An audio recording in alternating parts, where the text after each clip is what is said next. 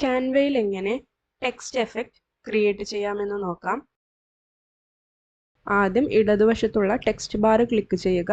അതിൽ heading click ചെയ്യുക. ശേഷം ആവശ്യമുള്ള കാര്യങ്ങൾ ടൈപ്പ് ചെയ്യുക. ഇനി ആവശ്യാനുസരണം ടെക്സ്റ്റ് അഡ്ജസ്റ്റ് ചെയ്യുക.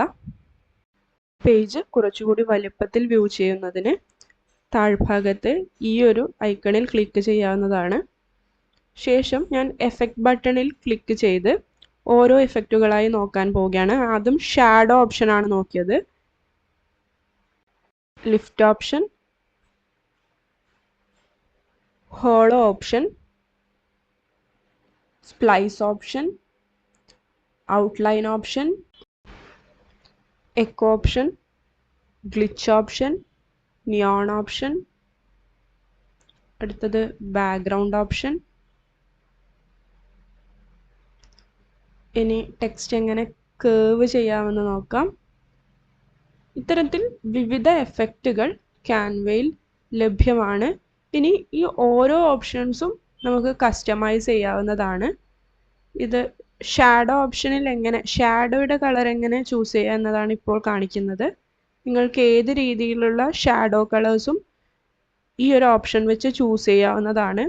ടെക്സ്റ്റിൻ്റെ കളർ ചേഞ്ച് ചെയ്യാൻ മുകളിലുള്ള text colour changing option click ചെയ്താൽ മതി. നമുക്ക് ഏത് ടെക്സ്റ്റും ഭംഗിയിൽ എഫക്ട്സ് ക്രിയേറ്റ് ചെയ്യുന്നതിന് ഈ ഒരു ഓപ്ഷനാണ് ഉപയോഗിക്കുന്നത്. നമ്മുടെ ഡിസൈനിൻ്റെ ഭംഗി വളരെ വലിയ രീതിയിൽ ഇൻഫ്ലുവൻസ് ചെയ്യുന്നത് അതിലെ ടെക്സ്റ്റ് ഇഫക്റ്റുകളാണ്. അതുകൊണ്ട് തന്നെ ഡിസൈനിനനുസരിച്ചിട്ടുള്ള ടെക്സ്റ്റ് ഇഫക്റ്റുകൾ, കളർ കോംബോകൾ എന്നിവ പ്രത്യേകം അപ്ലൈ ചെയ്യാൻ ശ്രദ്ധിക്കുക. ഓരോ ടെക്സ്റ്റ് എഫക്റ്റുകളും നമുക്ക് കസ്റ്റമൈസ് ചെയ്യാവുന്നതാണ്.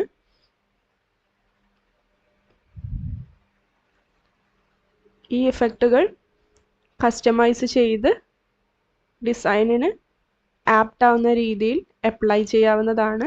ഫോണ്ട് ഓപ്ഷൻസിലും കളർ ഓപ്ഷൻസിലും ഒക്കെ മാറ്റങ്ങൾ വരുത്താവുന്നതാണ്. ഇപ്പോൾ ഇവിടെ ബാക്ക്ഗ്രൗണ്ട് എഫക്റ്റാണ്